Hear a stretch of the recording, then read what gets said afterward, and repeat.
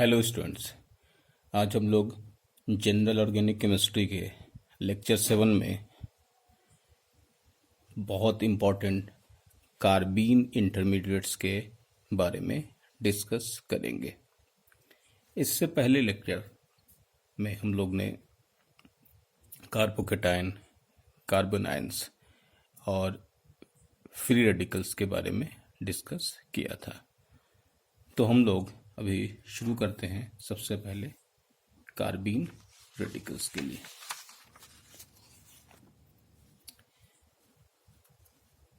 कार्बिन्स के लिए, carbenes are neutral species containing carbon atom with only 6 valence electrons.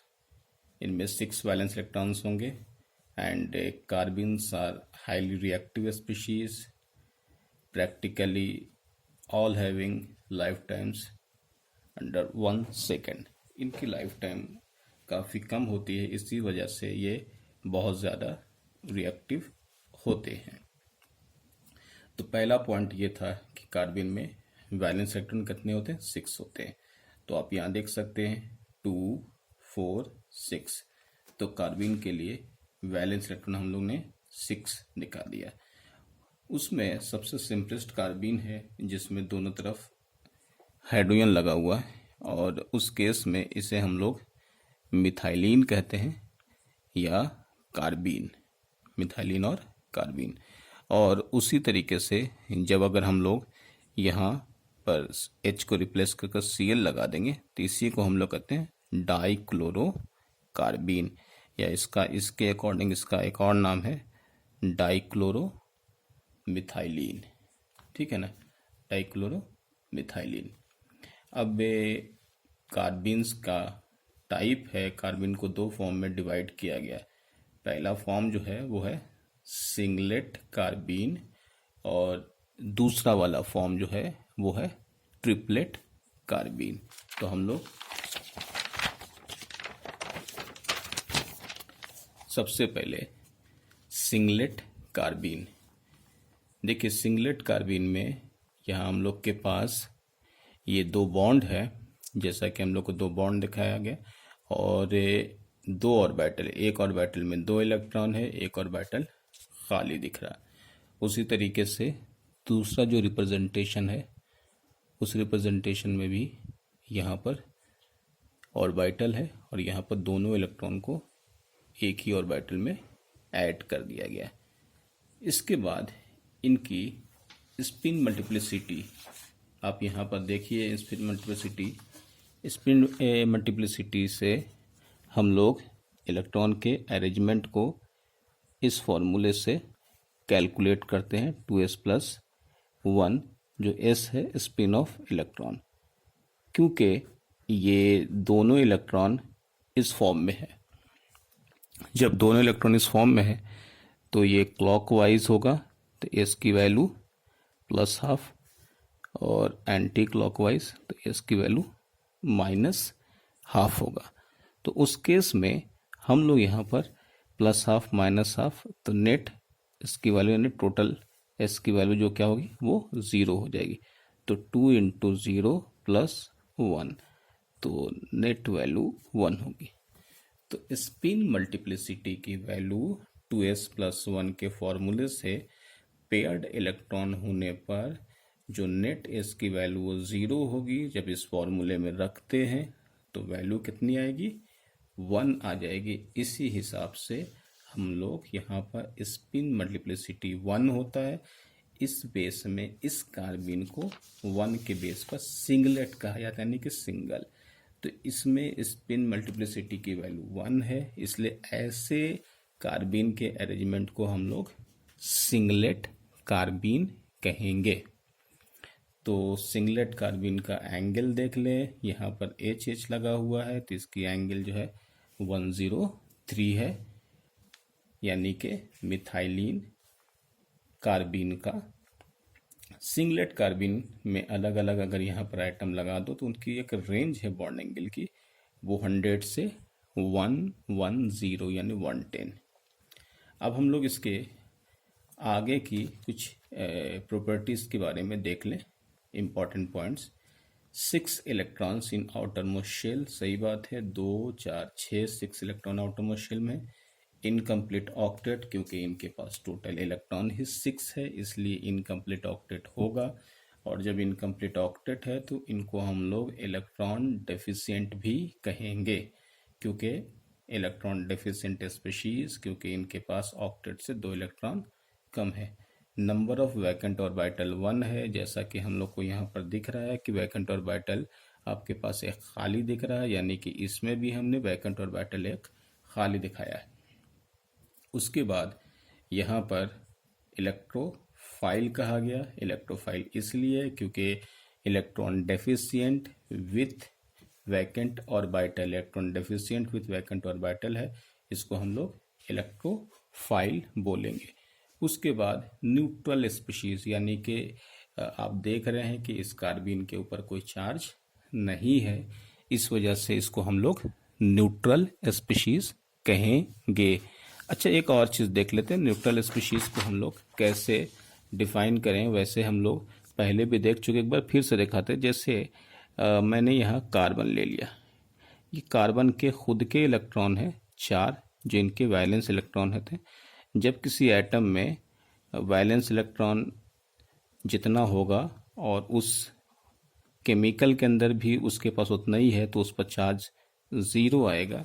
यानी valence electron के बढ़ने और घटने से ही चार्ज आता है, जो फॉर्मल चार्ज के फॉर्म में हम लोग को लिखना होता है। जैसे यहाँ देखिएगा, इस केस में आपके पास 1 2 3, यानी इस कार्बन के पास जो इलेक्ट्रॉन है 1 2 3, इसलिए यहाँ पर चार्ज प्लस आएगा क्योंकि एक इलेक्ट्रॉन कम है। नेक्स्ट में अगर हम आपसे देखें 1 2 3 4 5, यानी यहाँ पर जो है कार्बन के पास जो इलेक्ट्रॉन है वो एक ज़्यादा है, इसलिए यहाँ पर माइनस आ जाएगा। नेक्स्ट में अगर हम लोग यहाँ देख लें इस तरीके, 1 2 और 2 उधर है 4, तो यहाँ पर भी चार्ज 0 होगा। यही है आपके पास कार्बीन। तो कार्बीन केमिकल्स के पास ऑलरेडी कार्बन के पास 4 इलेक्ट्रॉन है, इस हिसाब से कार्बीन केमिकल को हम लोग न्यूट्रल कहेंगे। तो हम लोग के पास कार्बीन केमिकल के लिए न्यूट्रल है। नंबर ऑफ सिग्मा बॉन्ड 2 है, 2 सिग्मा बॉन्ड आपको दिख रहा है। और नंबर ऑफ लोन पेयर 1 है, लोन पेयर 1 है फिलहाल यहाँ पर दिखा। हाइब्रिडाइजेशन आपके पास sp2 है, बॉन्ड पेयर 2, लोन पेयर 1, इसलिए sp2 हाइब्रिडाइजेशन होगा। शेप बेंट है क्योंकि यहाँ पर लोन पेयर है, इस वजह से इनको थोड़ा नीचे की तरफ झुका देगा, यानी बेंट कर देगा, इसलिए शेप बेंट है। अनपेयर्ड इलेक्ट्रॉन्स 0 है क्योंकि दोनों के दोनों इलेक्ट्रॉन जो देखा आपने वो एक ही ऑर्बिटल में पेयर्ड करके दिखाया गया, अनपेयर्ड इलेक्ट्रॉन नहीं है। इस वजह से अनपेयर्ड इलेक्ट्रॉन नहीं होने की वजह से उस स्पीशीज को हम लोग डायामैग्नेटिक कहेंगे, जिसमें सारे इलेक्ट्रॉन पेयर्ड होंगे। लुईस एसिड तो होगा, क्योंकि लुईस एसिड हम लोग इसलिए कहेंगे कि electron deficient species with vacant orbital, तो लुईस एसिड तो हम लोग कार्बीन को कहेंगे। नेक्स्ट में हम लोग के पास स्पिन मल्टीप्लिसिटी यहाँ पर 1 है, जो अभी हम लोग ने कैलकुलेट किया। और एक इम्पॉर्टेंट चीज़ यहाँ पर दिखाया गया, do not follow hunts rule, या हंट्स रूल को फॉलो नहीं करता है। तो वो कैसे, एक बार हम एक बहुत छोटा एग्जांपल, कॉमन एग्जांपल लेते हैं, वो बहुत हम लोग इसको पढ़ते भी आए हुए हैं। एक कॉन्फ़िगरेशन लिखते हैं नाइट्रोजन का 1s2 2s2 2p3। नाइट्रोजन के कॉन्फ़िगरेशन में ये ऐसा ले लिया, ये देखो इलेक्ट्रॉन एक एक करके भर दिया। जैसा कि हंट्स रूल के अकॉर्डिंग हम लोग को बताया गया कि किसी भी ऑर्बिटल में इलेक्ट्रॉन जो है एक एक करके भरो, सिंगली फिल्ड करो, और जब आप पूरी तरीके से एक एक भर चुके हो तो फिर नेक्स्ट जो इलेक्ट्रॉन भरो फिर अपोजिट स्पिन से। तो खैर ये चीज़ आपने पहले पढ़ा हुआ, तो इस पर हम लोग आगे ज़्यादा डिटेल में नहीं जाएंगे। तो यहाँ पर आपके पास एक एक करके इलेक्ट्रॉन भरा हुआ। उसी तरीके से अगर मैंने ऑर्बिटल 2 लिए हुए, तो 2 ऑर्बिटल है, तो एक एक करके दोनों इलेक्ट्रॉन को भर दो, तो इसको हम लोग कहते हैं अकॉर्डिंग टू हंसुल, जबकि सिंगलेट कार्बिन में ये ऐसे है, यानी कि दोनों इलेक्ट्रॉन एक ही ऑर्बिटल में है। अगर हम लोग कायदे से रूल के अकॉर्डिंग चलते, हंसुल के अकॉर्डिंग, तो इलेक्ट्रॉन को एक एक करके ऐसे भरा हुआ होना चाहिए था, जबकि इलेक्ट्रॉन ऐसे इसलिए सिंगलेट कार्बिन जो है हंसुल को फॉलो नहीं करता है। तो हम लोग यहाँ पर लिखे डू नॉट फॉलो हंसुल। नेक्स्ट में हम लोग के पास आ गया ट्रिपलेट कार्बिन। ट्रिपलेट कार्बिन में हम लोग के पास ये दोनों बॉन्ड है और देखिए इस बार दोनों ऑर्बिटल में एक एक इलेक्ट्रॉन है विद सेम स्पिन। ये दोनों इलेक्ट्रॉन को इसी तरीके से रख दिया गया, नीचे वाला रिप्रेजेंटेशन भी उसी तरीके से है। ये एक ऑर्बिटल में एक इलेक्ट्रॉन, दूसरे ऑर्बिटल में भी एक एक इलेक्ट्रॉन रख दिया गया। स्पिन मल्टीप्लिसिटी यहाँ पर भी इसका भी दिखाते हैं। स्पिन मल्टीप्लिसिटी का फॉर्मूला है 2s+1 स्पिन मल्टीप्लिसिटी, और यहाँ हम लोग ने देख लिया है इनके इलेक्ट्रॉन जो है ट्रिपलेट के एक एक होंगे। तो इस केस में अगर हम लोग ने इसके लिए s की वैल्यू +½ ले लिया, इसके लिए भी s की वैल्यू +½ ले लिया, तो दोनों मिला करके हो गया वैल्यू 1। तो 2 × 1 + 1 यानी वैल्यू हो गई 3। अच्छा हाँ, ये वैल्यू अब निगेटिव भी लोगे तो हम लोग यहाँ पर क्या करते हैं कि मॉड लेकर के उनकी वैल्यू हमेशा पॉजिटिव होगी, तो पॉजिटिव निगेटिव से कोई फ़र्क नहीं पड़ेगा। खैर, तो 3 आ गया, तो स्पिन मल्टीप्लिसिटी की वैल्यू 3 होगी। इस वजह से 3 होने की वजह से हम लोग इसको ट्रिपलेट कहते हैं। यानी ट्रिपलेट जो है स्पिन मल्टीप्लिसिटी में 3 वैल्यू, यानी कि यहाँ पर 3 वैल्यू आने की वजह से इसकी हम लोग इस रिप्रेजेंटेशन को, यानी इस कार्बिन को हम लोग ट्रिपलेट कार्बिन कहेंगे, जिसमें दोनों ऑर्बिटल में एक एक इलेक्ट्रॉन होगा। बॉन्ड एंगल यहाँ पर दिया हुआ है ट्रिपलेट के लिए 136, जो कि वहाँ पर 103 था मिथाइलिन के लिए, यहाँ पर 136 है जो कि ज़्यादा है। और ट्रिपलेट कार्बन के लिए अगर अलग अलग एटम होगा तो उसकी रेंज जो है 130 से 150 के बीच में दिखाया गया है। अब यहाँ पर एक चीज़ और दिखा दें कि एंगल इसका चेंज क्यों हो गया, यानी कि ट्रिपलेट का ज़्यादा क्यों हो गया। तो हम आपको यहाँ दिखाते हैं कि इस वाले फॉर्म में ये ऐसे हो गया और ये आपके पास ऑर्बिटल है, इसमें ये ऐसा है। ये 2 इलेक्ट्रॉन यानी कि ये सिंगलेट है, रिपेल करेगा, तो रिपल्शन की वजह से ये थोड़ा सा अंदर की तरफ चला जाएगा, इसलिए एंगल इसकी कम हो जाएगी। जबकि यही वाला फॉर्म जब इसमें आता है, यानी कि ट्रिपलेट में, तो ट्रिपलेट में ये इलेक्ट्रॉन इस तरीके से है, यानी 1 इलेक्ट्रॉन का रिपल्शन। तो 1 इलेक्ट्रॉन के रिपल्शन की वजह से यहाँ पर वो उस बॉन्ड पर वो कम दबाव डालता है, जिस वजह से वहाँ एंगल जो है नॉर्मल से, यानी कि सिंगलेट से थोड़ा बड़ा हो जाएगा। इसलिए ट्रिपलेट में बॉन्ड एंगल जो होती है वो बड़ी होती है और सिंगलेट में छोटी होती है। 2 इलेक्ट्रॉन के रिपल्शन से एंगल थोड़ा छोटा होगा, 1 इलेक्ट्रॉन के रिपल्शन से एंगल बड़ा हो जाएगा। तो यहाँ हम लोग एंगल का रेंज देख रहे थे। इम्पॉर्टेंट पॉइंट्स इनके लिए भी देख लें। 6 इलेक्ट्रॉन इन आउटरमोस्ट शेल, ठीक है, जैसा उनमें था। इनकम्प्लीट ऑक्टेट इनका भी होगा, इलेक्ट्रॉन डेफिशिएंट ये भी होगा। नंबर ऑफ वैकेंट ऑर्बिटल 0 होगा, क्योंकि सभी में इलेक्ट्रॉन है तो वैकेंट ऑर्बिटल तो 0 होगा ही। बाई रेडिकल और डाई रेडिकल कहते हैं, क्योंकि यहाँ पर दोनों इलेक्ट्रॉन है एक एक, इसलिए इसको हम लोग रेडिकल के फॉर्म में कहेंगे। तो 2 है इसलिए इसको हम लोग बाई रेडिकल या डाई रेडिकल कहेंगे। नंबर ऑफ सिग्मा बॉन्ड 2 है, क्योंकि यहाँ पर 2 है तो 2 सिग्मा बॉन्ड हो गया। लोन पेयर फिलहाल यहाँ पर 0 है, क्योंकि दोनों अलग अलग इलेक्ट्रॉन है। हाइब्रिडाइजेशन sp होगा, क्योंकि 2 बॉन्ड है, इसलिए इसको हम लोग यहाँ पर sp के फॉर्म में लिखेंगे। शेप कैसा होगा, तो शेप इसका बेंट होगा, क्योंकि इलेक्ट्रॉन यहाँ पर थोड़ा सा उसको नीचे की तरफ बेंट कर देगा, इसलिए एग्जैक्ट 180 यहाँ पर नहीं है। तो शेप यहाँ पर है बेंट। अनपेयर्ड इलेक्ट्रॉन्स 2 है, जो कि हम लोग यहाँ पर देख रहे हैं कि 2 अनपेयर्ड इलेक्ट्रॉन है आपके पास, तो अनपेयर्ड इलेक्ट्रॉन यहाँ पर 2 है।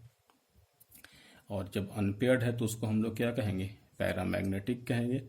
वैकेंट और बैटल तो हम लोग ने देख ही लिया, वैकेंट और बैटल फिलहाल 0 है क्योंकि दोनों में एक एक इलेक्ट्रॉन। स्पिन मल्टीप्लिसिटी अभी हम लोग ने देखा, वो कैलकुलेट किया, जो कि 3 था। और follow hunts rule, hunts rule को वो फॉलो करता है, क्योंकि जो अभी हम लोग ने देखा भी है कि ये है अरेंजमेंट, ये ट्रिपलेट का अरेंजमेंट है जिसमें एक एक इलेक्ट्रॉन भरा हुआ है, इसलिए हम लोग कहेंगे हंट्स रूल को फॉलो करेगा। अब नेक्स्ट में आइएगा फॉर्मेशन ऑफ कार्बीन, यानी कार्बीन इंटरमीडिएट्स कहाँ कहाँ पर बनाए जाएंगे। ये बहुत इंपॉर्टेंट है। इसमें सबसे पहला है डायज़ोमीथेन, ये CH2N2 होता है डायज़ोमीथेन। एरो के ऊपर CH2N2 आपको अगर कहीं पर दिख जाए तो समझ लो कि ये कार्बीन इंटरमीडिएट फॉर्म करेगा। तो इनमें डायज़ोमीथेन को हम लोग बनाएंगे कैसे, वो थोड़ा एग्जाम्पल से समझिएगा। जैसे ये है आपके पास CH, ये बॉन्ड हो गया, डायज़ोमीथेन हम यहाँ बना देते हैं। यहाँ 5 इलेक्ट्रॉन कोई चार्ज नहीं होगा, यहाँ पर एक चार्ज हो जाएगा प्लस, और यहाँ ऐसा है तो जब प्लस है तो यहाँ माइनस होगा, 1 2 3 4 5, ये माइनस हो गया H न्यू सनलाइट के प्रेजेंस में। नाइट्रोजन जो है इट इज़ मोर इलेक्ट्रोनिगेटिव, तो मोर इलेक्ट्रोनिगेटिव एटम अपने ऊपर निगेटिव चार्ज रखेगा। तो वो क्या करेगा कि इस केस में हम ये कह सकते हैं कि मोर इलेक्ट्रोनिगेटिव एटम जब इलेक्ट्रॉन को अपनी तरफ खींचेगा तो ये इलेक्ट्रॉन को इस तरफ अपनी तरफ खींचेगा। जैसे ही खींचेंगे उस केस में ये दोनों इलेक्ट्रॉन इस तरफ चले जाएंगे। अभी देखिए 2 4 6 8, यहाँ पर कितने इलेक्ट्रॉन है, 8 है ना। जब ये 2 इलेक्ट्रॉन चले जाएंगे तो यहाँ आपके पास क्या बचेगा, HC, ऐसा ही होगा। ये 2 इलेक्ट्रॉन ये हो गया, ये 2 इलेक्ट्रॉन घट गया, तो कितना हो गया 2 4 6 इलेक्ट्रॉन। और यहाँ आपके पास नाइट्रोजन के पास कितना हो जाएगा, N ट्रिपल बॉन्ड N, ये तो पहले से था, ट्रिपल बॉन्ड को छोड़ दिया और यहाँ पर आ जाएगा, ये बन गया N2, तो ये बन गया कार्बीन। तो यहाँ हम लोग के पास पहला ये है CH2 माइनस NN, ये बॉन्ड को देखिए यहाँ पर घुमाया है, इस एनर्जी की वजह से बॉन्ड को तोड़ दिया गया है। बॉन्ड जब टूटा तो CH2 प्लस N2 बना, यहाँ दिखाया गया है 2 4 6 8, यहाँ लिखा हुआ है 8 इलेक्ट्रॉन्स। अब उसके बाद यहाँ से हीट किया गया है तो CH2 यानी 6 वैलेंस इलेक्ट्रॉन दिखाया गया, 2 4 6 और N2 बन गया। फ्रॉम कीटीन के वजह से जब यहाँ पर हम लोग इसको हीट करेंगे तो ये वाला chemical as a carbon monoxide यहाँ से रिमूव हो जाएगा, CH2 और CO फॉर्म करते हुए। Simon Smith reaction, Simon Smith reactions में क्या होता है, CH2I2 को जिंक कपर कपल के साथ हम लोग रिएक्शन कराते हैं, जिसमें ये जिंक क्या करता है, मेटल होने की वजह से आयोडीन को अपनी तरफ खींचता है, जिससे ZnI2 फॉर्म होगा और यहाँ पर एक कार्बिन CH2 बन जाएगा। नेक्स्ट में है फ्रॉम पॉली हैलोजन कंपाउंड, ये भी बहुत इंपॉर्टेंट है। जैसे ये वाला रिएक्शंस है तो एक बार IIT में इसको ही पूछा है उसने, ये रिएक्शन भी आपको मिलेंगे। ये 2 बहुत अच्छे रिएक्शन है डायज़ोमीथेन के, ये भी है, ये रीमा-टाइमर रिएक्शंस में इसका इस्तेमाल होता है। अब देखिए ये कैसे रिएक्शन होगा। पॉली में Cl Cl Cl, ये H है, ये बेस ले लिया, ये बहुत ज़्यादा इलेक्ट्रोनेगेटिव है तो इलेक्ट्रॉन को इधर खींच रहा होगा, इलेक्ट्रॉन खींचने पर इधर चार्ज क्या आएगा, प्लस आएगा। अब बेस का काम क्या है, प्लस यानी प्रोटॉन को खींचना, तो जैसे ये इसको खींचेगा यानी ये इलेक्ट्रॉन इस तरफ शिफ्ट हो जाएगा, क्योंकि ये इधर जाएगा। तो उस केस में यहाँ कार्बन के पास Cl Cl और Cl आ गया, और ये 2 इलेक्ट्रॉन यहाँ पर इसका चलाएगा, तो ऐसा हो गया 2 4 6 8 हो जाएगा, और यहाँ हो जाएगा H2O। अब देखिए इसके पास इलेक्ट्रॉन कितना है, कार्बन के पास 1 2 3 4 5, यहाँ माइनस होगा, Cl बहुत ज़्यादा इलेक्ट्रोनेगेटिव है तो ये वाले Cl यहाँ से लीव कर जाएंगे, 2 इलेक्ट्रॉन यहाँ से हटेगा, तो हटने के बाद ये Cl अपनी जगह पर, ये Cl अपनी जगह पर, यहाँ पर इलेक्ट्रॉन रह जाएगा और यहाँ से Cl माइनस आ जाएगा, जो कि इस एग्जाम्पल में दिखाया गया है। देखिए CaCl3 है, OH माइनस से H को खींचा, ये यहाँ से बॉन्ड शिफ्ट हुआ, ये आप देख सकते हैं कि 2 इलेक्ट्रॉन है, Cl यहाँ से हटा है ना, हटने के बाद देखिए क्या बन जाएगा, 2 Cl और यहाँ पर आपके पास इस तरीके का कार्बिन Cl माइनस। इस रिएक्शंस को हम आपको और अच्छे से एक बार बता दें। जैसे देखिए C, अगर आप Cl Cl Cl H देखिए, इनमें अगर हमने बेस में सोडियम हाइड्रोक्साइड ले लिया तो काम क्या है, ये वाले OH ये H के साथ मिलके H2O बना दिया। कोई एक भी Cl यहाँ से हटेगा तो Cl माइनस Na के साथ जुड़ करके क्या बन जाएगा, NaCl बन जाएगा। उसके बाद ये हो गया Cl रेडिकल। अब उसके बाद कुछ और एग्जाम्पल भी दिखाते हैं। अगर मैंने यहाँ Cl के यहाँ पर I ले लिया और सोडियम हाइड्रोक्साइड, तो आपको मालूम है कि इसमें से कौन हटेगा, जो बॉन्ड कमज़ोर होगा। आयोडीन की साइज़ बड़ी है तो बॉन्ड कमज़ोर होगा, तो वो बहुत पहले आसानी से वो लीव कर जाएगा। तो उस केस में H2O तो बना ही दो और यहाँ पर NaI बना दो और बचा हुआ केमिकल Cl रह जाएगा, है ना। इसके बाद अगर आपने यहाँ दे दिया Cl Br plus sodium hydroxide, तो इस बार क्या होगा, H2O फिर से बन जाएगा, NaBr Cl ऐसा आ जाएगा। अगर आपने H के साथ यहाँ FCl ले लिया, सोडियम हाइड्रोक्साइड, तो बताओ क्या हो जाएगा, H2O अपनी जगह पर, यहाँ Na ये कमज़ोर बॉन्ड होगा F के रेस्पेक्ट में, तो NaCl, और यहाँ आपके पास CF आ जाएगा। उसी तरीके से H Br